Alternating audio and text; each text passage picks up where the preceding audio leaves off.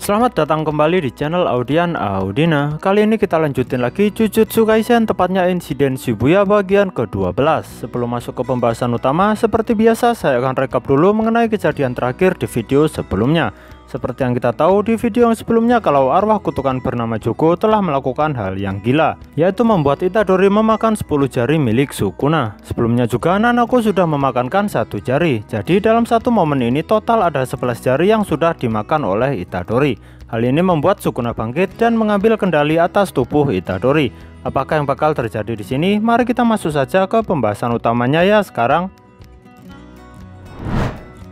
Watak asli Sang Raja Kutukan. Cerita sekarang ada di momen setelah Sukuna menebas sedikit bagian kepala dari Jogo akibat dia yang gak bersujud dengan benar di hadapan Sang Raja Kutukan. Jogo hanya berlutut dengan 1 kaki soalnya. Hal itu membuat Sukuna begitu jengkel. Selanjutnya yang terjadi di sini, Sukuna berjalan menghampiri 3 orang yang ada di hadapannya ini. Dia mendekati Nanako dan Mimiko lalu mempertanyakan apa keinginan mereka berdua yang sampai repot-repot memberikannya 1 jari tangan miliknya. Nanako langsung saja mengutarakan keinginannya di sini. Dia ingin agar Sukuna menghabisi Geto palsu yang ada di area B5F saat ini. Tujuan 2 gadis ini ternyata ingin membebaskan tubuh Geto asli dari seseorang yang mengendalikannya. Di momen ini juga diperlihatkan kenangan 2 gadis ini saat masih bersama Geto yang asli dulu. Terlihat dengan jelas kalau keduanya benar-benar menyayangi si Geto asli. Terlepas dari hal itu, 2 gadis ini sebenarnya begitu membenci Gojo Satoru karena telah menghabisi Geto. Tapi kedua gadis ini masih bisa menerima hal itu karena bagaimanapun juga Gojo adalah satu-satunya sahabat yang dimiliki oleh si Geto asli. Rasa benci mereka jauh lebih besar kepada sosok orang yang kini sedang mengendalikan tubuh milik Geto asli. Tapi mereka berdua pun juga sadar kalau nggak bisa mengalahkan orang tersebut. Karena itulah mereka memohon bantuan pada Sukuna di sini. Nanako juga menjanjikan bakal memberitahu letak jari-jari yang lain semisal Sukuna benar-benar mau membunuh Geto yang palsu sekarang. Mendengar permintaan ini, Sukuna menyuruh keduanya untuk bangkit dari sujudnya. Hal yang terjadi berikutnya tapi begitu mencengangkan. Saat keduanya telah bangkit dari sujudnya, tiba-tiba saja Sukuna malah menyerang Mimiko dengan menebas tubuhnya menjadi berkeping-keping. Nanako yang melihat hal ini spontan langsung histeris setelah melihat tubuh Mimiko yang kini nggak berbentuk. Dia pun secara refleks langsung marah dan segera mengeluarkan handphonenya untuk menyerang Sukuna. Terlihat kalau Nanako berusaha memotret Sukuna dengan kamera HP-nya. Sayangnya kepala Nanako sudah tertebas lebih dulu karena kekuatan Sang Raja Kutukan satu ini. Ternyata Sukuna tadi hanya main-main saja dengan menanyakan apa permintaan mereka. Dia ini sama sekali nggak sudi diperintah hanya demi sebuah jari. Oh ya, Nanako bukan hanya ditebas kepalanya saja, tubuhnya juga tercerai-berai akibat tebasan milik Sukuna ini. Dan saat 2 gadis tersebut sudah tumbang, Sukuna mengambil handphone yang tadi sempat mau dipakai Nanako. Dia menduga kalau teknik kutukan Nanako ini berhubungan dengan memanipulasi objek yang dipotretnya. Dia juga menambahkan kalau kemampuan seperti itu nggak menarik sama sekali. Sekarang dirinya pun beralih ke Jogo dan menanyakan apa keinginannya. Mengejutkannya, Jogo bilang kalau dia nggak ingin apa-apa. Tujuannya murni untuk membangkitkannya saja tanpa mengharap imbalan apapun. Malahan Jogo sekarang menyarankan Sukuna akan membuat sumpah pengikat dengan Itadori. Sebuah sumpah di mana dia bisa menguasai tubuh Itadori secara permanen. Dia juga menambahkan kalau di Shibuya sekarang masih banyak teman Itadori yang berkeliaran. Jogo menyarankan pada Sukuna agar menjadikan mereka sebagai sandera. Dengan begitu Itadori pasti mau menuruti sumpah pengikat yang dibuatnya. Menanggapi hal ini, Sukuna langsung bilang kalau nggak perlu sampai seperti itu. Terlihat di sini kalau Sukuna sepertinya sudah punya suatu rencana sendiri. Dan sekarang Sukuna sempat menyeringai dengan senyum jahatnya sambil menyindir kalau para arwah kutukan di era ini terlihat begitu putus asa karena sampai repot-repot harus membangkitkan dirinya. Kemudian Sukuna bilang pada Jogo sebagai ucapan terima kasihnya telah memberinya 10 jari, dia untuk sementara ini bakal mau mendengarkan permintaan dari para arwah kutukan. Tapi itu dengan syarat kalau Jogo berhasil menyerang dirinya sekali saja. Dan sebagai tanda jadi akan hal ini, Sukuna juga bilang kalau dirinya bakal membunuh semua manusia di Shibuya kecuali 1 orang. 1 orang yang dimaksud Sukuna itu adalah Megumi ya.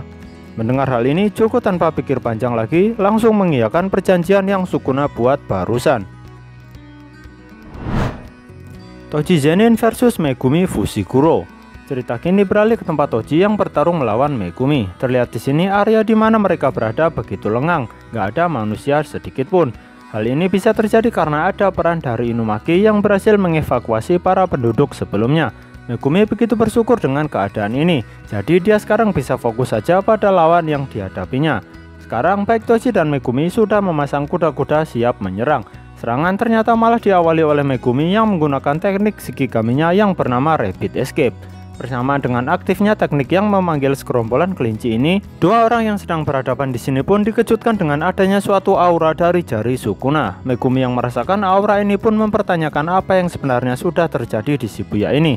Kekacauan apalagi kali ini yang bakal terjadi. Sekarang posisi Megumi ini masih berlindung di balik sekawanan Shikigami kelincinya ya. Dan secara mengejutkan Toji mampu menusuk Megumi memakai nunchakunya. Serangan ini pun begitu akurat, padahal di sini dia hanya menggunakan instingnya untuk menentukan posisi dari Megumi yang sedang bersembunyi.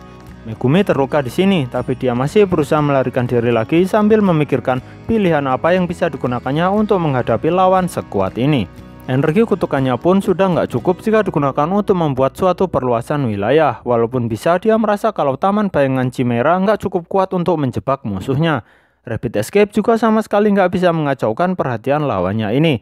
Dia merasa kalau semakin lama dia mengulur waktunya, kondisinya malah semakin berbahaya. Ya karena Toji ini bisa beradaptasi dengan kondisi pertarungan apapun. Shoko Ieiri. Cerita kini beralih ke gerbang tol nomor 3 di Shibuya. Terlihat di sini ada semacam tenda darurat yang dijaga oleh beberapa mayat kutukan. Ternyata di tempat ini ada Shoko Ieiri dan kepala sekolah Masamichi Yaga. Tenda darurat di sini adalah tempat perawatan penyihir Jujutsu yang terluka akibat segala macam kekacauan yang ada di Shibuya. Terlihat juga di sini ada Takuma Ino dan Kiyotaka yang dirawat oleh Shoko. Dan saat ini Shoko sedang santai mengobrol dengan Masamichi Yaga. Dia bilang kalau tak apa meninggalkannya di sini sendirian karena sudah banyak mayat kutukan yang menjaganya. Yaga tapi nggak setuju dengan pendapatnya ini. Baginya keberadaan Shoko di Shibuya kali ini begitu rentan. Sekali musuh mengetahui keberadaannya, dia pasti akan langsung dihabisi. Bagi Yaga, keberadaan Shoko di sini begitu penting. Kalau dia nggak ada, Kiyotaka dan Takuma Ino bisa-bisa sudah tewas. Yaga juga mengingatkannya kembali kalau kemampuan yang dimiliki Shoko ini begitu istimewa. Menggunakan teknik kutukan pembalik untuk menyembuhkan orang lain itu adalah kemampuan yang luar biasa.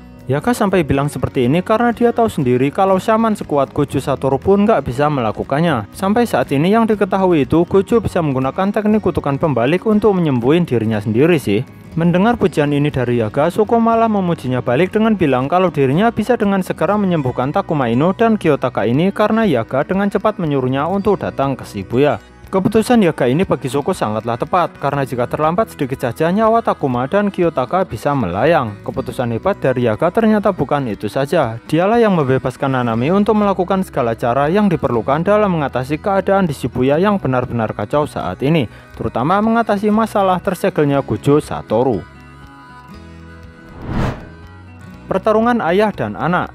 Cerita langsung kembali lagi ke tempat Megumi yang masih kejar-kejaran dengan Toji Zenin. Terlihat kali ini Megumi berhasil menghindari serangan dari lawannya ini. Hal itu bisa terjadi karena tubuh Megumi ditarik oleh lidah Shikigami kata miliknya. Dan di akhir kejar-kejaran dua orang ini ternyata dari tadi Megumi berusaha mengarahkan Toji ke suatu gang sempit di mana di tempat inilah dia bakal menjalankan suatu rencana tersembunyinya. Ya kurang lebih Megumi ini ingin membatasi pergerakan Toji dalam suatu area yang dia inginkan. Di sini rencananya itu melibatkan Shoko. Maksudnya di sini Megumi itu sadar betul kalau dirinya nggak mungkin bisa menang dari Toji tanpa menderita luka yang cukup fatal.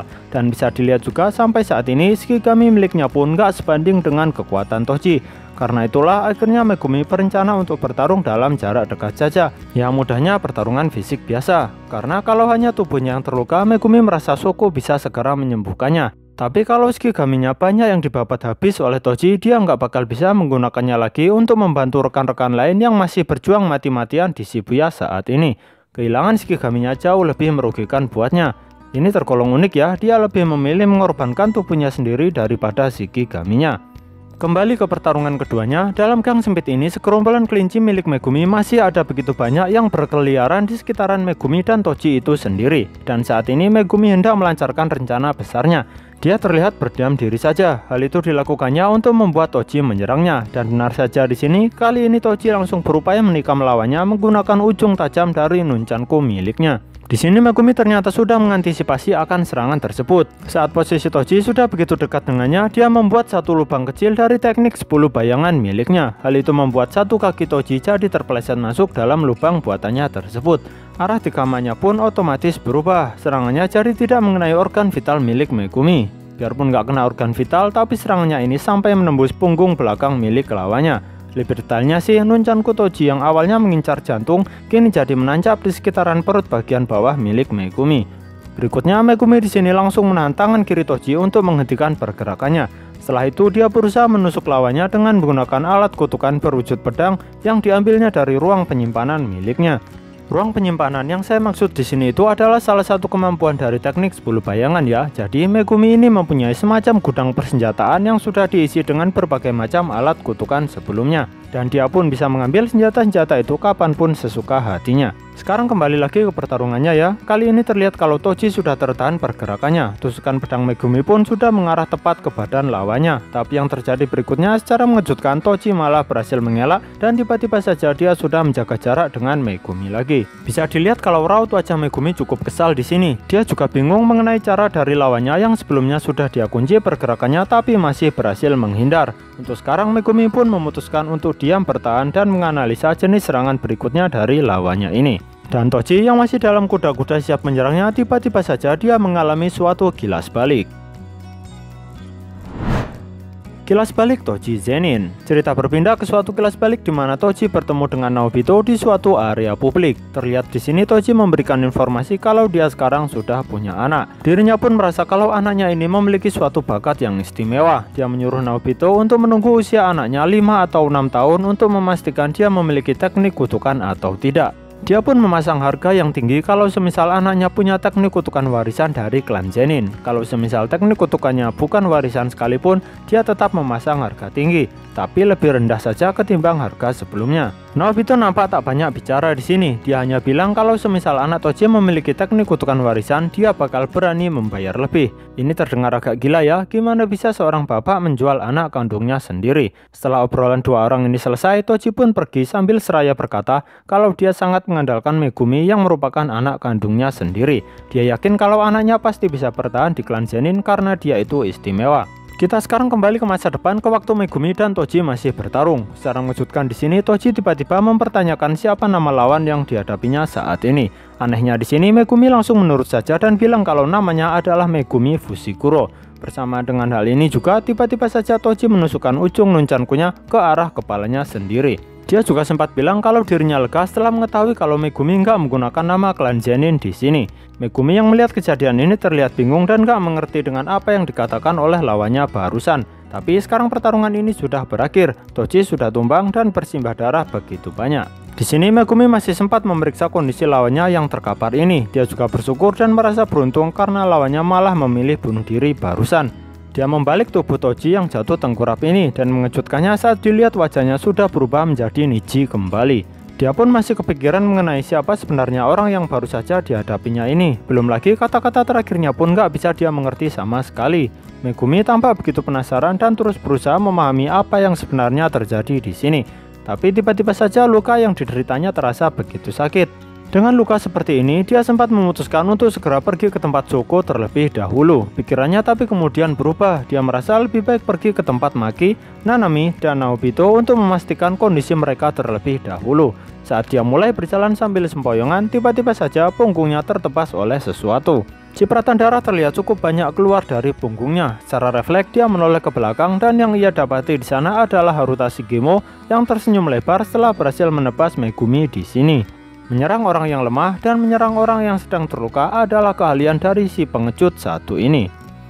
Sampai sini dulu ya, bakal dilanjut lagi di video berikutnya. Terima kasih sudah menonton video ini. Cek juga video kami yang lain ya. Sampai jumpa lagi di lain kesempatan. Bye bye.